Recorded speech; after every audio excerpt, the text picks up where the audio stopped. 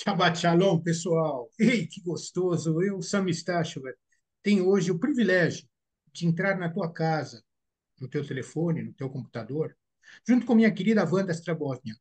Shabbat Shalom, Vandinha. Shabbat Shalom, Sami. Mais uma vez é gostoso falar contigo, falar com o público e falar um pouquinho daquilo que a Bíblia diz, que é para nós é a verdade. A gente não põe nem tira. E é por isso que o nosso canal se chama Israel no Caminho, porque Yeshua HaMashiach é o caminho, a verdade e a vida. E uma coisa que a gente precisa se preocupar muito em nossos dias é a verdade. Com tantas fake news, gente, volta para o Sefer Abritot, a tua Bíblia, que é lá que só tem a verdade. Mas a paraxá dessa semana chama-se Hayei Sará, a vida de Sara.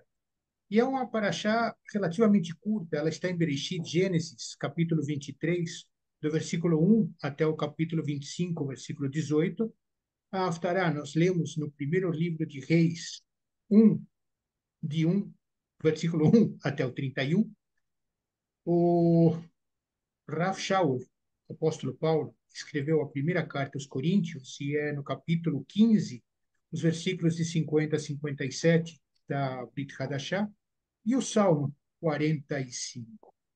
É uma paraxá interessante, né, Wanda? Porque ela fala da vida de Sara, mas a paraxá se foca em Isaac, o filho da promessa.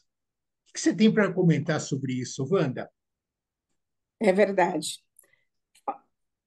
A coisa mais importante que a gente vê é as promessas. Ele escolhe as pessoas que são as pessoas escolhidas e são as promessas, assim como Isaac era filho da promessa, a Rebeca, que é a esposa do Isaac. E agora a gente vai parar no rei Davi, que é no Reis.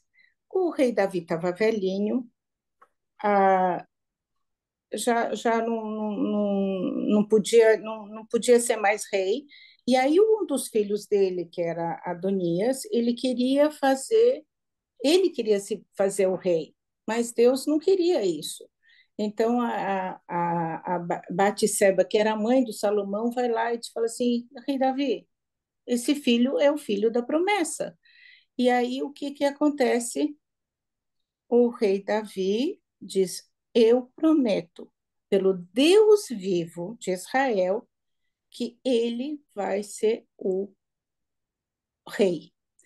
Então, olha como é importante, primeiro, acreditar nas promessas. Segundo, cumprir as promessas e fazer aquilo que é em nome de um Deus, Deus de Israel. O juramento que o Salomão fez sobre que o filho do Salomão seria o rei em lugar do Davi, se cumpriu. Tudo que Deus faz é um cumprimento. E a gente tem que acreditar nisso. E uma coisa que é bonita também de ver é como que a gente faz. No Coríntios, a gente vê o agradecimento, porque Deus dá vitória para nós. Não é a nossa vitória, é um Deus todo-poderoso. É o Yeshua HaMashiach, é Ele que faz as coisas. Agora, como? Nós precisamos se arrepender, nós precisamos saber que somos pecadores e precisamos de um Deus, não de uma religião, mas de um Deus. É isso que a gente precisa. O que você acha, Sami? Gostei da colocação que você faz. Quando tem uma promessa, a gente precisa aceitar a vontade de Deus. Não é todo mundo que recebe uma promessa. É gozado que quando você lê a história de Sara, ela teve dois filhos, o mais velho, Esav, e o mais novo, Isaac. Qual foi a promessa em cima de Isaac? Aí veio uma passagem que me chamou demais a atenção quando eu estava lendo essa paraxá. Eu me lembrei do livro de Atos, aonde o Rav Shaul, o apóstolo Paulo, ele conta para o rei Agipa, a pronúncia não sei se está certa, mas em todo caso ele tem essa conversa com o rei, Paulo já preso, né? Mas ele vira para o rei e diz assim: sabe o que que é o rei? Olha só o que aconteceu comigo. Eu estava indo para Damasco, que eu ia justiçar os judeus que acreditavam em Yeshua, e, de repente, pumba, viu uma luz. E aí, olha o relato que está em Atos 26, de 15 a 18. Então eu, Shaul, perguntei: Quem és tu, Senhor? Ao que o Senhor respondeu: Eu sou Yeshua, o Mashiach, a quem tu persegues. Mas levanta-te, firma-te sobre os teus pés, porque por isso te apareci, para te constituir ministro e testemunha, tanto das coisas em que me vistes, como daquelas pelas quais te aparecerei ainda.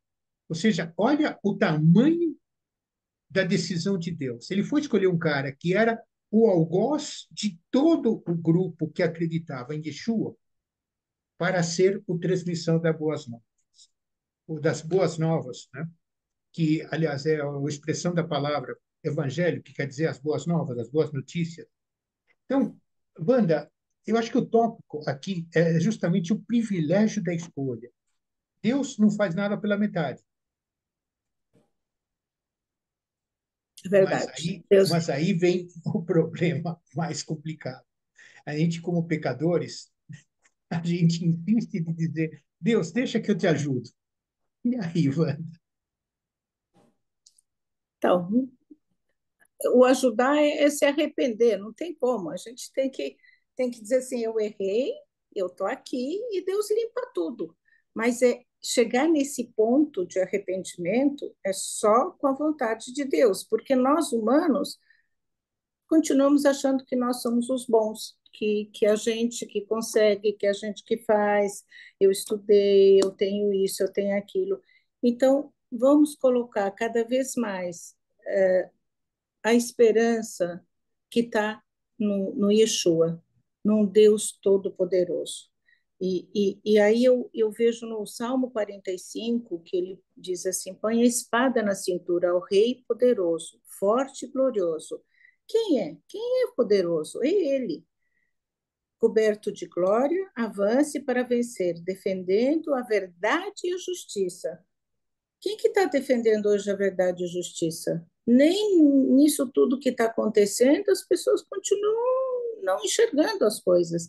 Então, nós precisamos da luz de Deus para poder enxergar, enfrentar e ver a verdade. E no Salmo 45, 6, o reino que Deus nos deu é para sempre, não é um reino que é para hoje, é para sempre. Aquilo que ele fez lá no começo vai até o fim, e nós estamos aqui esperando pela verdade. Uma das coisas também que ele diz: ama o bem, odeia o mal. Foi por isso que Deus, o seu Deus, o escolheu, e Deus deu mais felicidade ao Senhor do que qualquer outro rei. Quer dizer, nós precisamos da verdade. A verdade é Deus. Não tem outra verdade. Está tudo nele. E eu gosto sempre de falar, Sami, das esperanças. E no Salmo 16, 5, ele diz: Tu, o Senhor Deus, és todo o que eu tenho. O meu futuro está nas tuas mãos. Tu diriges a minha vida. Ai, que beleza! Se todo mundo deixasse para um Deus todo-poderoso para fazer as coisas, talvez a gente não estaria assim nessa bagunça toda. Então, precisamos realmente entregar as coisas para um Deus. Sabe que, Yolanda, você me leva a fazer uma reflexão do meu testemunho individual. Eu fui numa escola religiosa, aprendi o que eu precisava aprender de religião, mas não de Torá, ou seja, aprendi religião, não aprendi sobre Deus. Uma noite, em uma situação muito complicada da minha vida, eu fui confrontado por uma pessoa que vira para mim e diz assim: você está assim porque você não conhece Deus. Foi uma paulada na minha orelha. Eu que me considerava um judeu exemplar, que fazia as festas, ia na sinagoga, até punha tefilim, mas eu não tinha uma relação com Deus. Apesar de que eu dizia mais Israel, porque estava declarando: amarei meu Deus, mas eu não tinha uma relação com ele. O dia que eu ouvi essa história, eu cheguei na minha casa, caí de joelhos e pedi perdão, porque eu, que me achava o dono da verdade, não passava de uma anta de galocha, né? Então, eu acho de que é essa visão que você pôs que tem que ficar muito clara. Nós não merecemos nada. Por merecimento é zero. Mas por misericórdia, é que Deus olhou e disse assim, cara, eu acho que esse cara vale a pena, deixa eu trazer para perto. Aí ele limpa a gente. Ah, mas eu não queria passar por isso. Ah, precisa, porque eu preciso te limpar. Agora, você tocou num segundo ponto, verdade. E está vendo aqui? A verdade é que vai combater o terrorismo, o racismo, o antissemitismo, porque é verdade, não tem jeito. Agora, ou você quer ver a verdade, ou você não quer ver a verdade. Então, eu entendo de que a Parashá Hayesará, ela põe um cheque no nosso caminho. O que é o cheque não de dinheiro, tá? O cheque nos confronta com uma verdade. A herança que Sara deu foi Isaac e a sua educação. Apesar de que ele era o eleito, apesar de todos os problemas, ele era o eleito. Ele foi o separado. Então, eu acho que a gente não precisa ajudar Deus. Deus não precisa de ajuda. Nós é que precisamos de ajuda. E quando nós decidimos deixar Deus ser Deus, aí ele pode fazer alguma coisa. Porque ele é o dono do impossível, né? E o dono do impossível, desculpa, estou rindo porque me lembrei de uma outra coisa que eu acho importante. Sabe qual é a matéria-prima que Deus tinha quando ele, em Bereshit 1, fez os céus e a terra? Ele tinha nada. A matéria-prima dele era o nada. Nós somos esse nada antes de Yeshua. Então, que o Hayei Sará possa ser a essência da vida para cada um de todos os que estiverem ouvindo esta paraxá e quiserem ouvi-la com os ouvidos do coração. É isso, Wanda?